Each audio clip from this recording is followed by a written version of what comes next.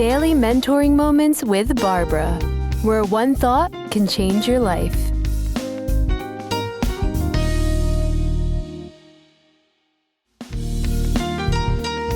This is Barbara Littles with Daily Mentoring Moments, and I want to ask you, how small do you really want to be? How small do you really want to be? Because a lot of times we are building businesses, we're building organizations, we want to have massive impact, but we're playing small. And if you want to stay small, then play small. Because what we know is this: the way you practice is the way you're going to play. So you have to ask yourself today, am I willing to move out of the environment that I'm in to play in a much larger pond? I may not be the big fish, but I'm going to be learning while I'm growing into one of the big fishes. Sometimes we stay where we are because we're comfortable.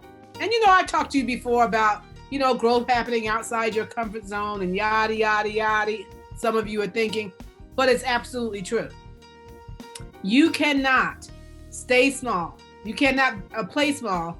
So I'm going to challenge you today to upgrade your game, no matter what it is in your life, because if you are leading people, what I know for sure is that people follow the leader.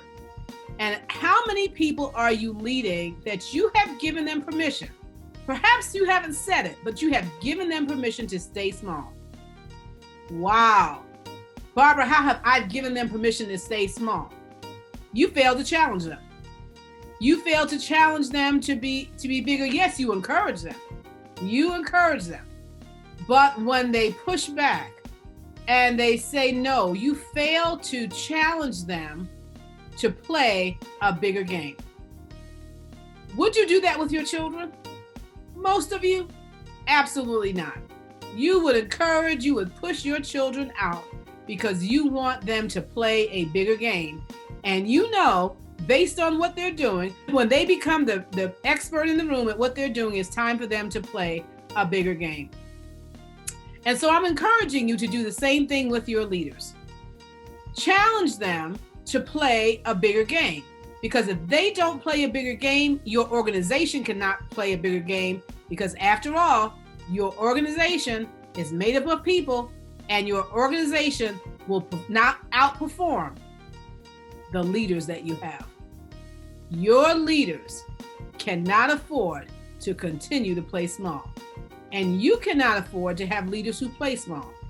Because if you want an organization that's going to have a major impact, that's going to be high performing, you've got to play big.